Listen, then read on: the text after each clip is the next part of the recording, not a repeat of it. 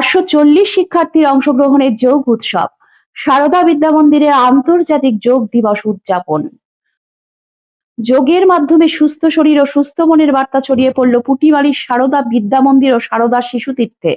শিক্ষার্থী, শিক্ষক এবং অভিভাবকদের স্বতঃস্ফূর্ত অংশগ্রহণে আন্তর্জাতিক যোগ দিবসের অনুষ্ঠান হয়ে উঠল প্রাণবন্ত। শুধু যোগ চর্চায় নয়, প্রতিভাবান শিক্ষার্থীদের সম্মান জানিয়ে তুলে দেওয়া হলো বিশেষ পুরস্কারও। আন্তর্জাতিক যোগ দিবস উপলক্ষে রবিবার জলপাইগুড়ির পুটিমারিতে অবস্থিত সারদা বিদ্যা মন্দির উচ্চ মাধ্যমিক ও সারদা শিশু তীর্থে বর্ণাঢ্য অনুষ্ঠানের আয়োজন করা হয়। দিনটির মূল আকর্ষণ ছিল বিদ্যালয়ের শিক্ষার্থী, শিক্ষক শিক্ষিকা এবং অভিভাবকদের সম্মিলিত যোগাভ্যাস। এদিন মোট 440 জন শিক্ষার্থী যোগ চর্চায় অংশগ্রহণ করে। তাদের পাশাপাশি বিদ্যালয়ের আচার্য, আচার্যা ও অভিভাবক অভিভাবিকারাও যোগাসনে সামিল হন। অনুষ্ঠানে প্রধান অতিথি হিসেবে উপস্থিত ছিলেন রণবীর ভট্টাচার্য, প্রশাসনিক আধিকারিক, central bureau of communication, Siliguri শাখা।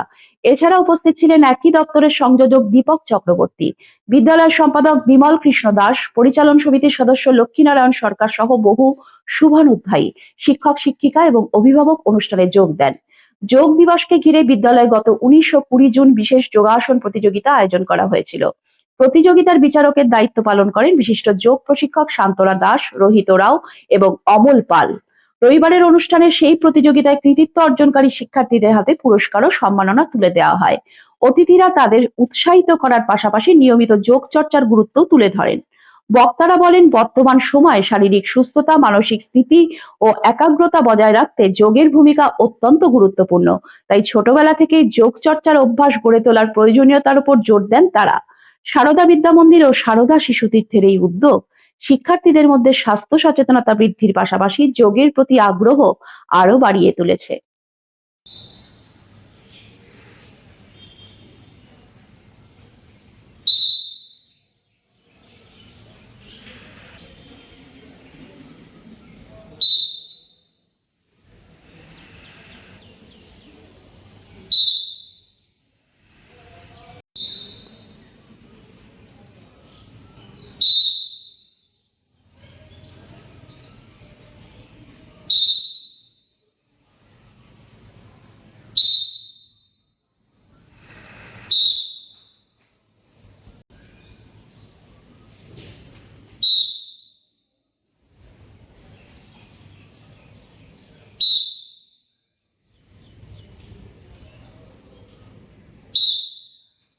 শ্বাস নেব, ছাড়বো, শ্বাস নেব, ছাড়বো, শ্বাস নেব, ছাড়বো।